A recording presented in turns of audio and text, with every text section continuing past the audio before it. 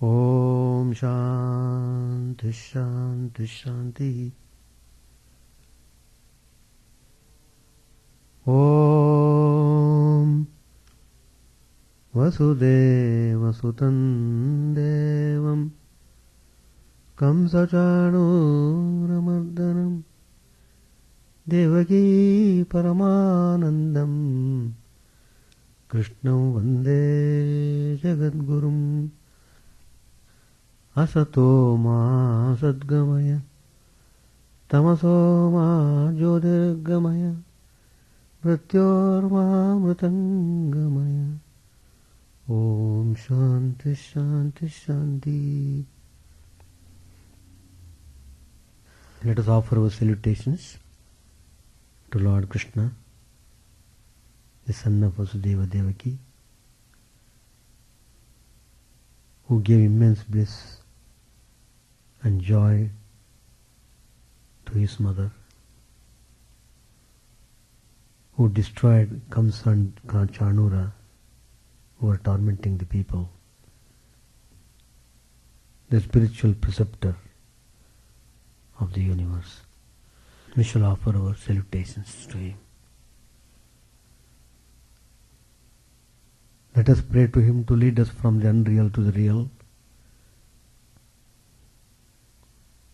to lead us from the darkness of ignorance to the light of knowledge, to lead us from death to immortality.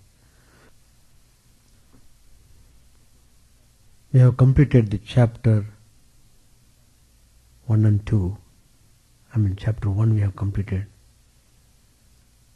and 2 also we have completed. We are coming to chapter 3.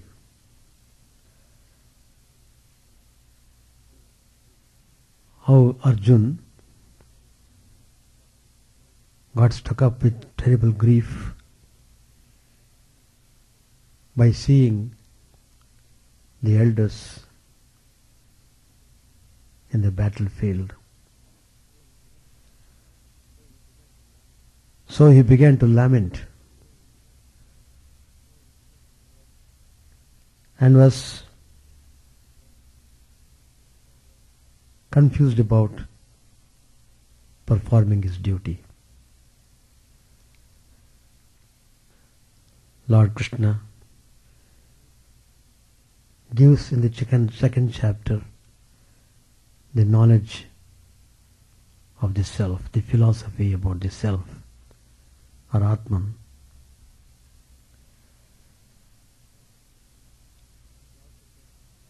And he also touched on the practical side of Karma Yoga, which helps us go about realizing the Atman. Sri Krishna also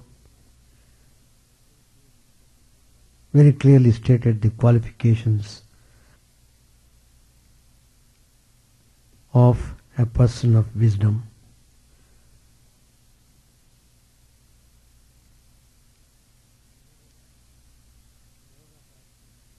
The yoga of action, also called Karma Yoga, Lord Krishna is going to instruct him in 3rd chapter. That means he will let us know the secret of doing karma. After hearing these 2 discourses, the discourse by Lord Krishna in the 2nd chapter,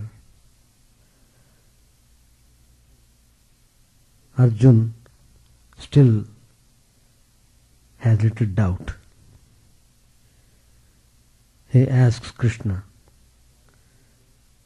Jayasi chet karmanaste mata buddhir janardana tat kim karmane ghore mam niyojesi Keshava.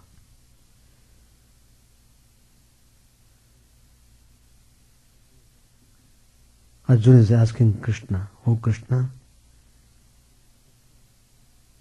just now you taught me the path of wisdom, and it gave me the impression that is better than the path of karma. Why are you encouraging me to do this terrible act of war? Why don't you just allow me to sit and experience the truth right away? Your advice seems perplexing.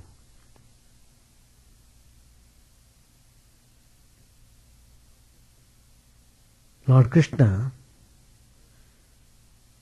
tells Arjuna that he should perform his duty. He should not abandon it.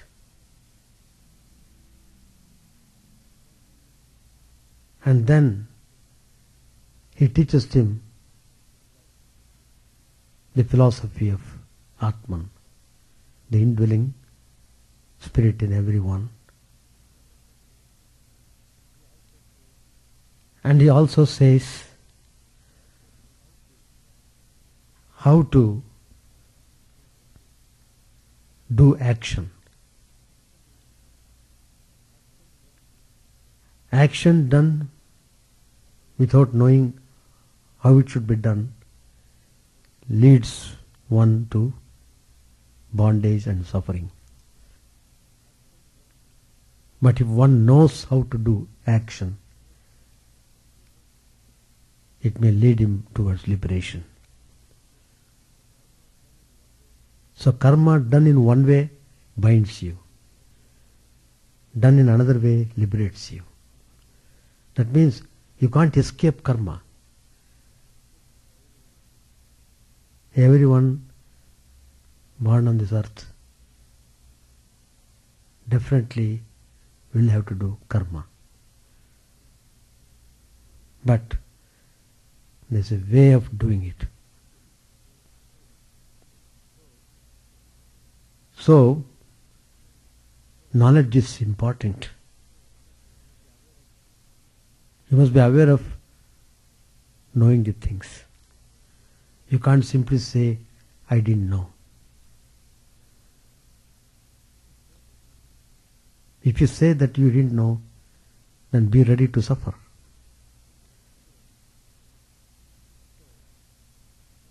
So, what is it that forces us into this kind of confusion in life? Mind is the cause. Mind binds you if you become too much extrovert, if you engage your mind in all sorts of worldly things and worldly allurements, then naturally you have to suffer.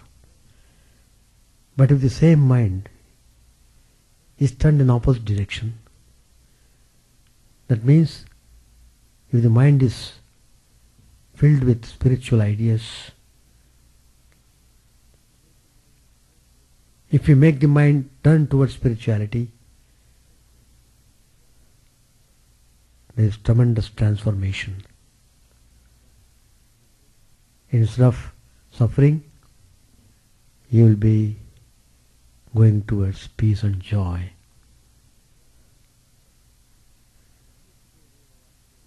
Vyamishreyaneva vakyena buddhim mohyase vame tadekam vada nischitya yena shayuham apniyam. Oh Krishna, I couldn't really grasp your teaching. So will you please tell me a sure way to attain the highest?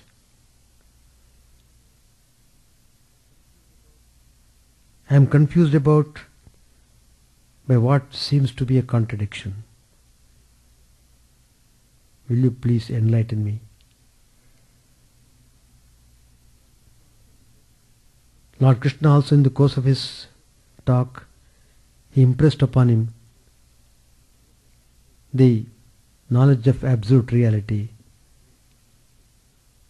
gives immense peace and joy.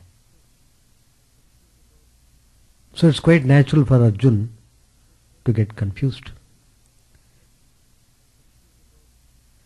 Then Lord says, Lokesmin vividha nishtha pura prokta mayanaga jnana yogena sankhyanam karma yogena yoginam. Lord said, Arjuna, I gave twofold paths to people. One is Jnana Yoga, the way of discerning wisdom,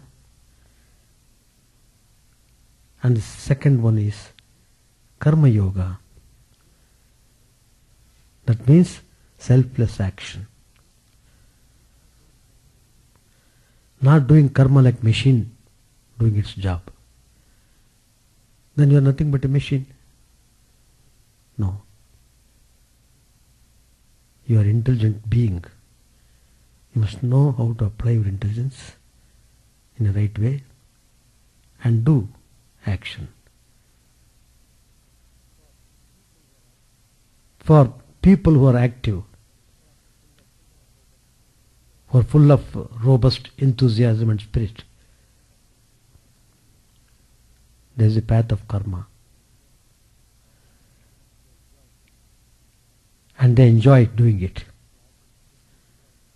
If you ask them to sit and do meditation, they feel terribly out of the place. And for people who can sit and analyze,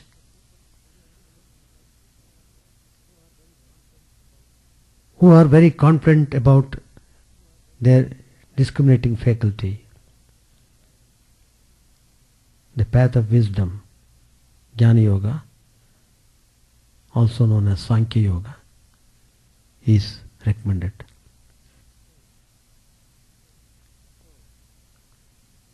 So,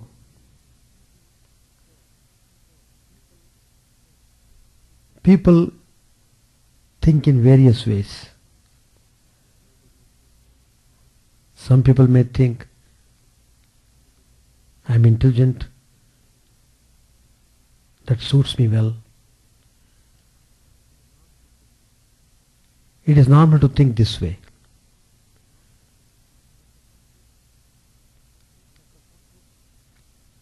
But for some people, if the work is suggested,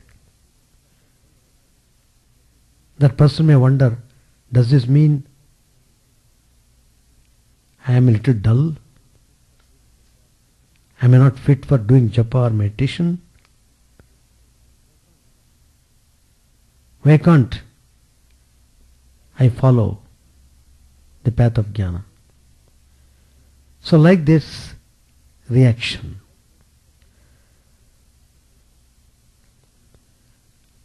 but the point is, one must be properly equipped to follow certain path. Paths are many, but one has to choose according to one's own fitness. One has to prepare oneself properly. Without preparation, if you simply jump, you break your leg, that's all. If you know the technique of jumping, you won't break your legs. On the other hand, you will get great applause from the people.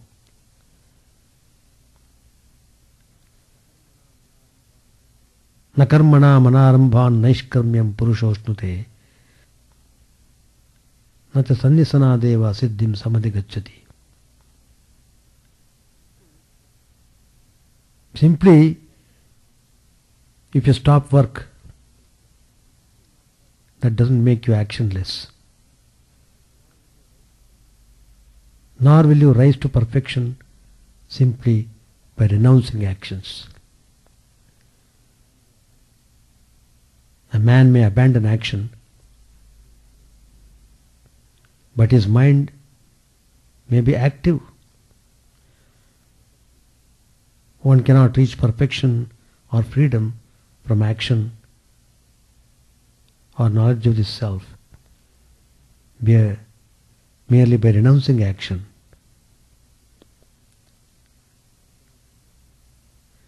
One cannot reach perfection or freedom from action or knowledge of the self merely by renouncing action. He must possess knowledge of the self. So what is the way? The karma or desire to act should fall away by itself, like a fully ripened fruit dropping from the tree. If an unripe fruit, seeing the ripe fruit dropping from the tree, also wants to drop off, it will have to force itself. A severe storm should blow, then it may drop. Renouncing action should come automatically instead of you forcing it by insisting, I renounce. Instead of trying to push the desire out, you can develop a natural state of desirelessness in which you don't feel the need of anything. Then you have truly renounced. You can't force renunciation, but you can prepare your environment for this and let yourself mature. It's a gradual spiritual effort. Slowly, slowly, you have to reduce your desires in the mind and practice discipline steadily with determined mind. Nai kaschit kshanamapi jatu tishtatya karma krita karyate yavajak karma sarvaha prakritijair gunaihi.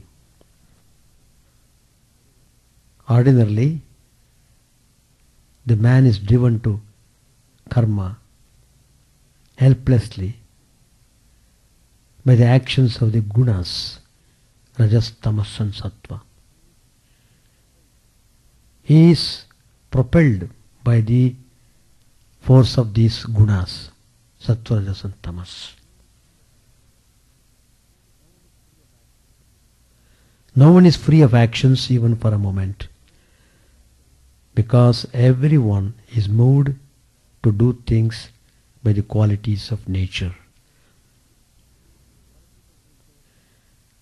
The qualities of nature, known as the three gunas, sattva, rajas and tamas,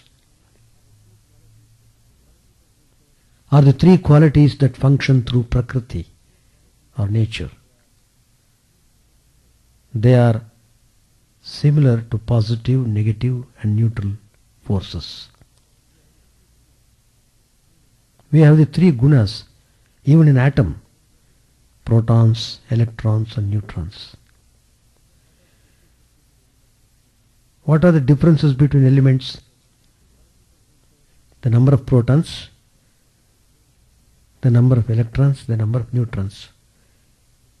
In the same way, if sattva is a bit predominant in someone, that person is said to be a spiritual seeker. Someone with a little more rajas, a few more electrons, just runs around.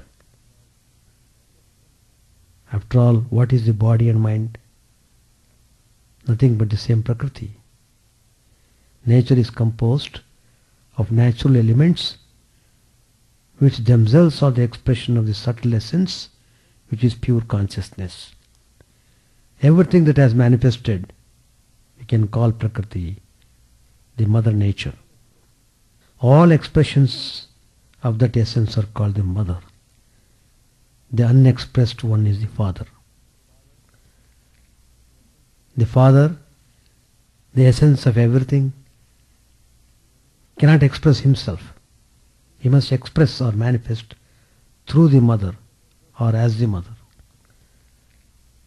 Therefore, know that everything and everything that is expressed is the mother. In this sense, all we see is nothing but mother. Don't think that only when you have a feminine body you are a mother. We are all part of nature. That's why we say Mother Nature.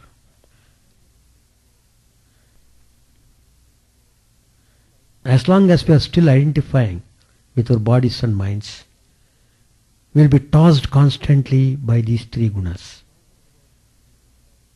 The tossing about can be called action. Even your hunger and thirst is an action.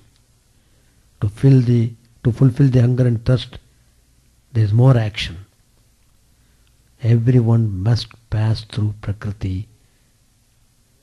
But gradually, when you are ripe enough in your wisdom, you just drop away from her. The Prakriti won't affect you anymore.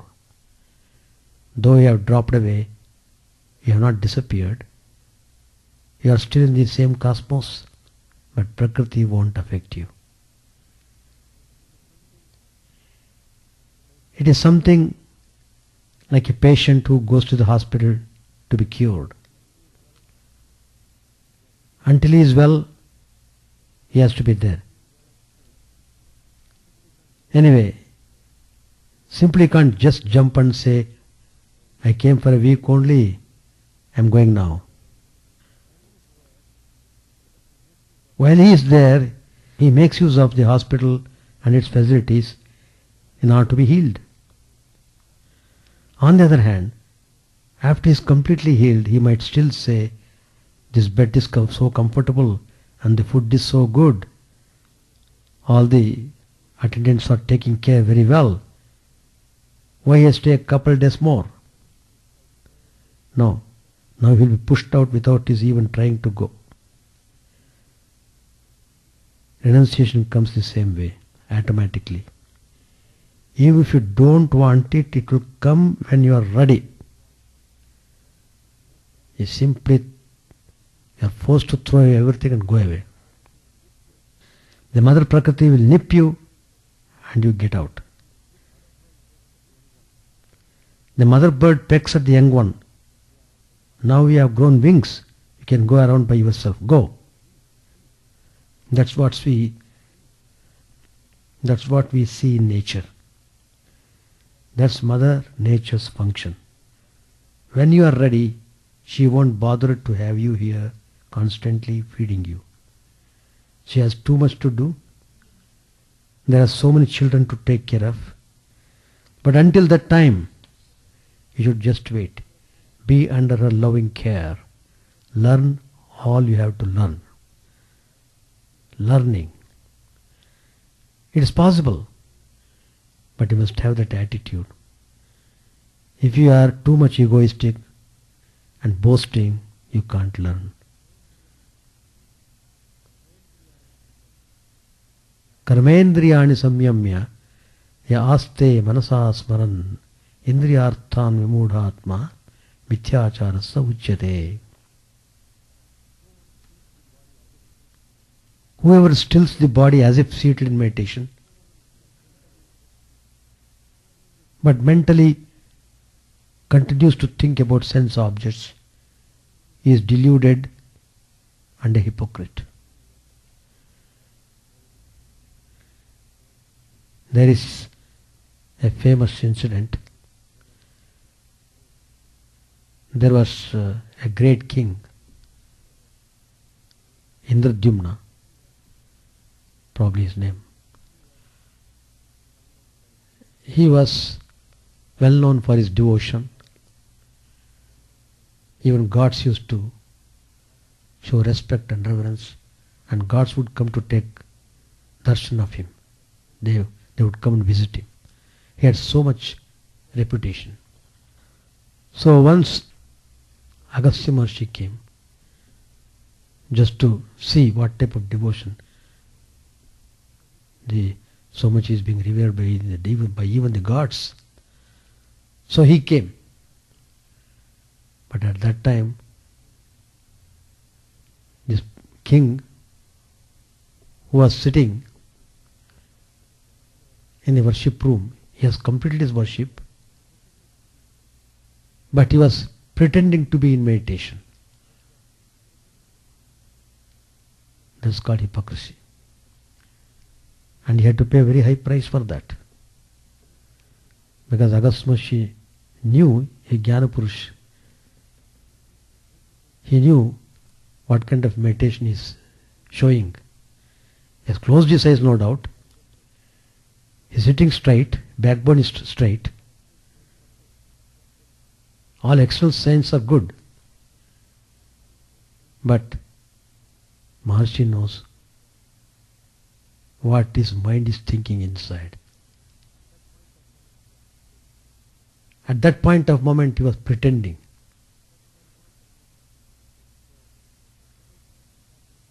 So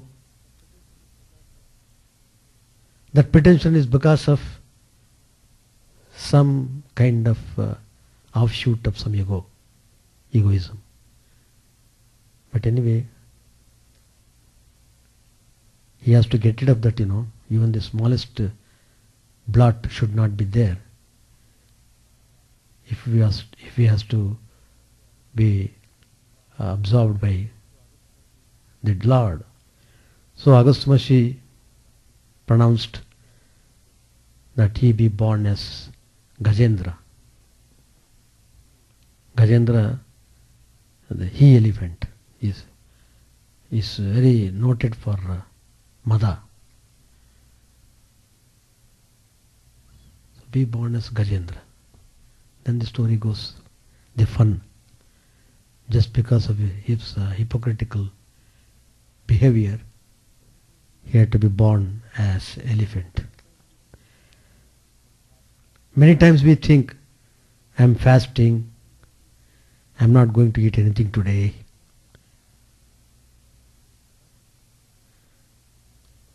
But they keep on telling, and even telling loudly also to people and making advertisement. Today is my fasting day. So what? Should we have to dance?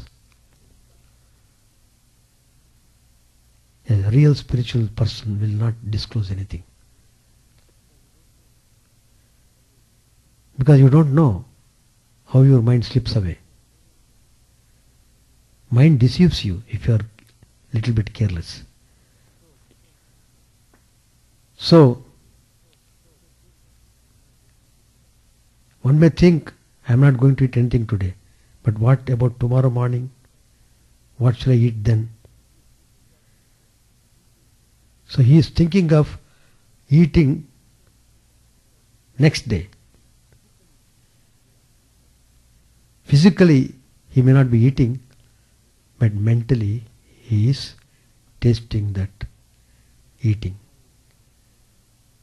An action is evaluated by its motive, not by the action itself.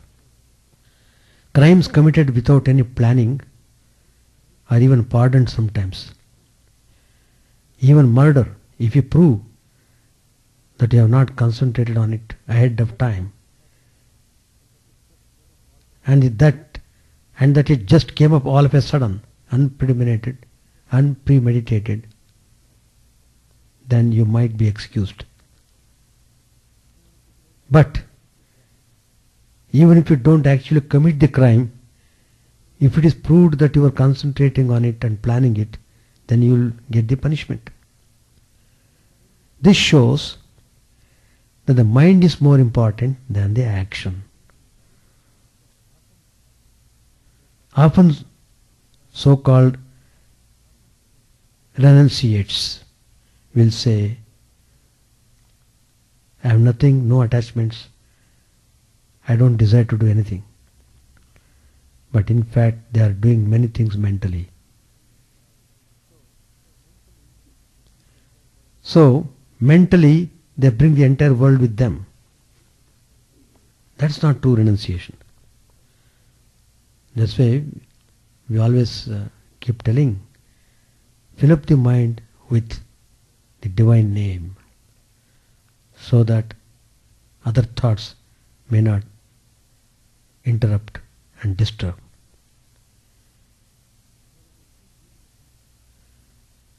Whereas a king ruling a country could be a person of renunciation if he has no selfish desires. For example, Janak Maharshi was well known for this type of renunciation. Though he was ruling the kingdom, he didn't have any attachment. Many sages and saintly seekers went there to be initiated by him.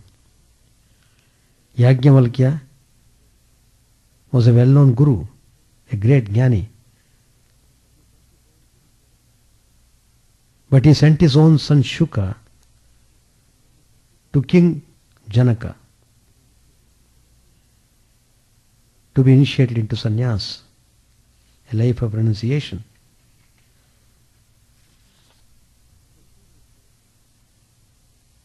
So see this, a renunciate sage sending his son to get initiated by a king who is ruling a country.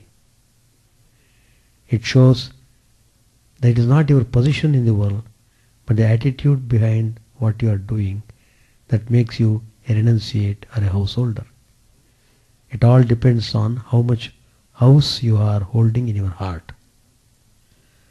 So the mind and its attitudes should be seen behind this structure.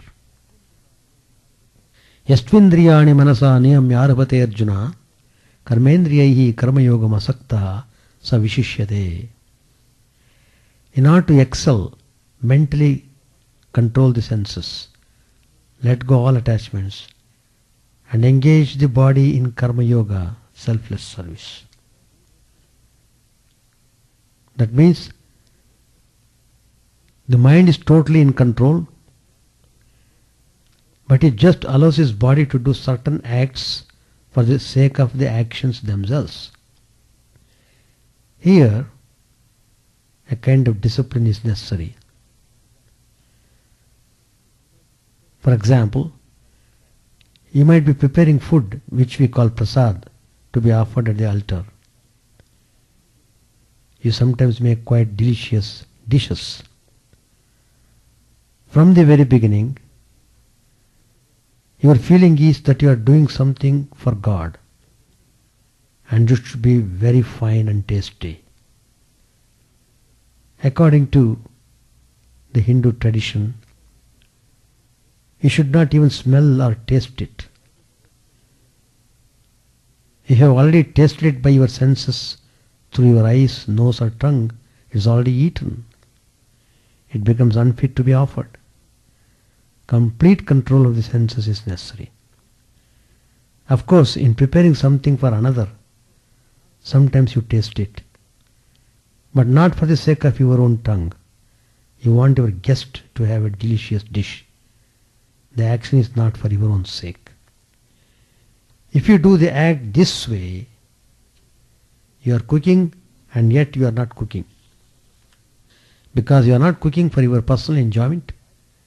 This is a case when even though you act, you personally are not acting.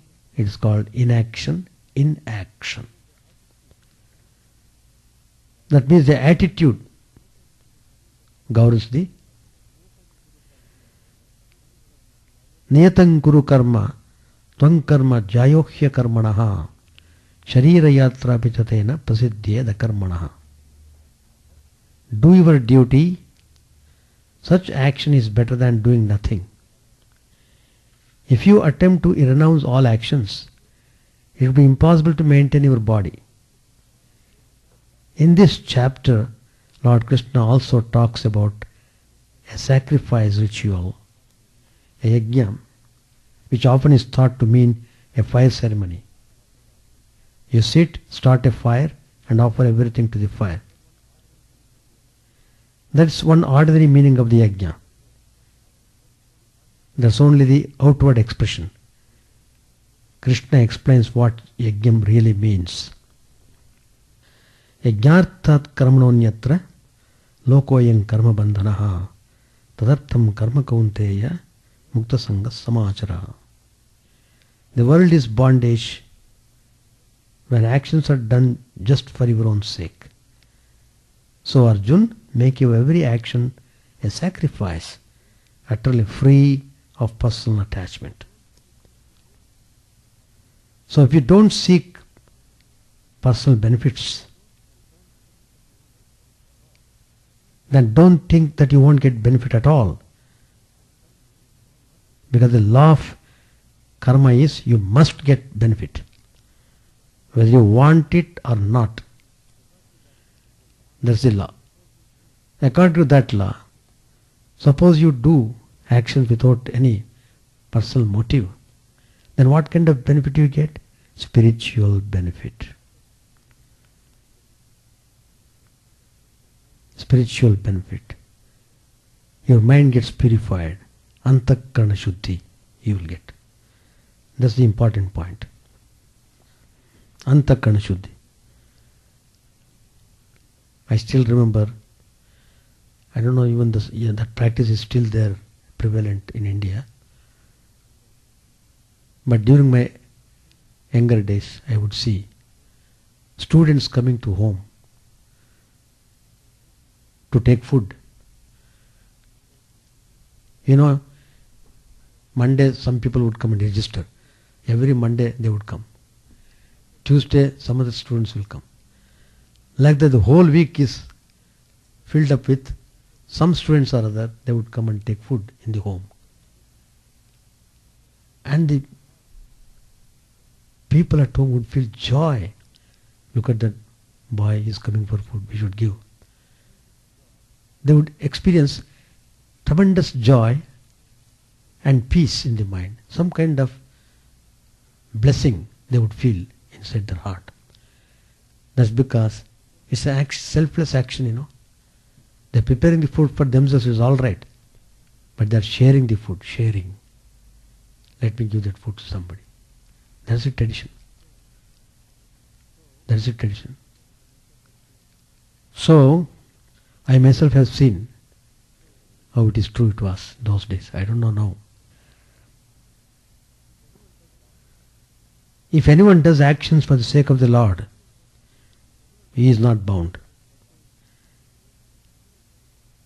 That's why Swami Vivekananda introduced Nishkama Karma. Do selfless activity. If you do selfless activity, what's the benefit you get? Realization of the truth. Atmano mokshartam jagadhitaya. You will realize the truth. Be selfless and keep doing. Time will come when you have that blessed vision. So if you are doing actions in a selfless way, actions will not bind you.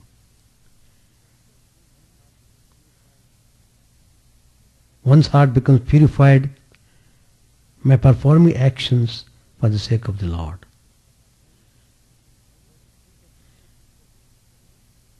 Where the spirit of unselfishness does not govern the action, such actions bind one to worldliness, however good or glorious they may be.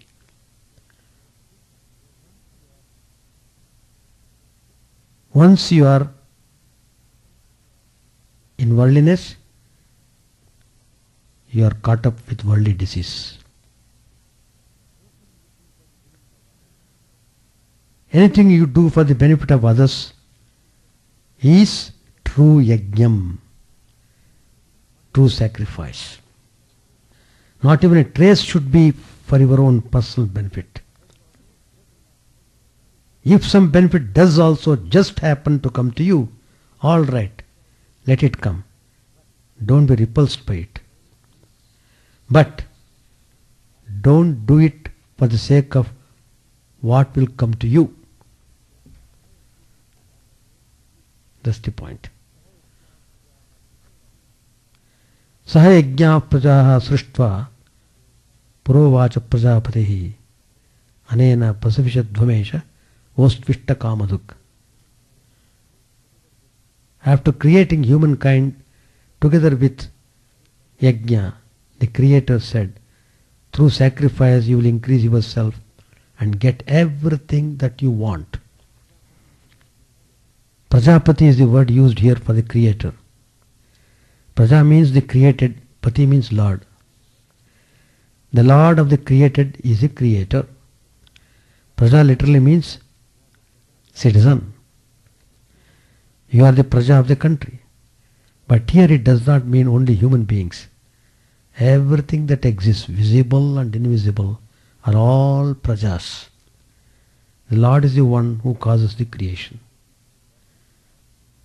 When God created the beautiful Garden of Eden, He didn't say a word to all those plants, fruits, flowers, trees and animals. He could have said at least something to the dogs and cats. No. He just created them and allowed them to play around. He didn't even say anything to the snake or the scorpion. He could have said, don't sting anybody. But no, He didn't say anything. Only when He created humans, He opened His mouth and said, my little boy, don't eat the fruit. Why? It is because only at the human level have we been given the freedom to choose right or wrong. So naturally there should be guidance also. According to this verse, the guidance from the Lord is, well, humanity, I have created you, and I am giving you the ability to sacrifice, to make an offering. By this, you propagate yourself. Let this yajna or sacrifice be your milking cow. Of course, it does not mean just a regular cow.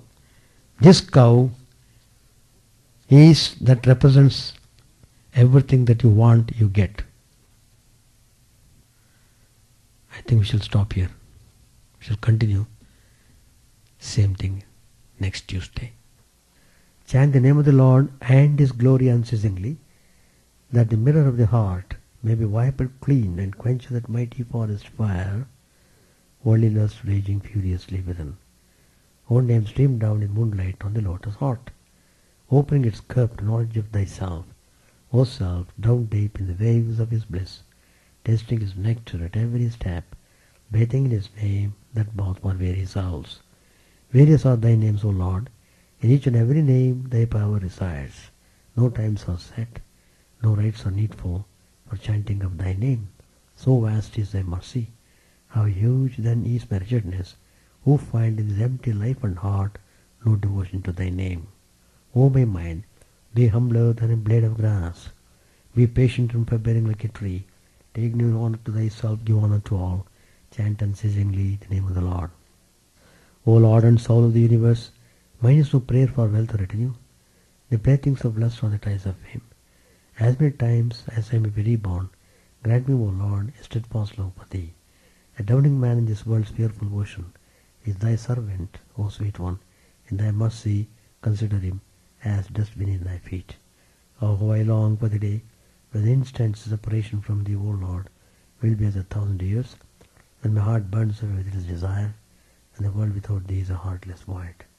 Prostrate at thy feet let me be, in unwavering devotion, neither imploring the embrace of thine arms, nor bewailing the withdrawal of thy presence, though it tears my soul asunder. O thou, who stillest the hearts of thy devotees, do with me what thou wilt, for thou art my heart's beloved, thou and thou alone. O Lord, lead us from unreal to the real, lead us from darkness to light, and lead us from death to immortality.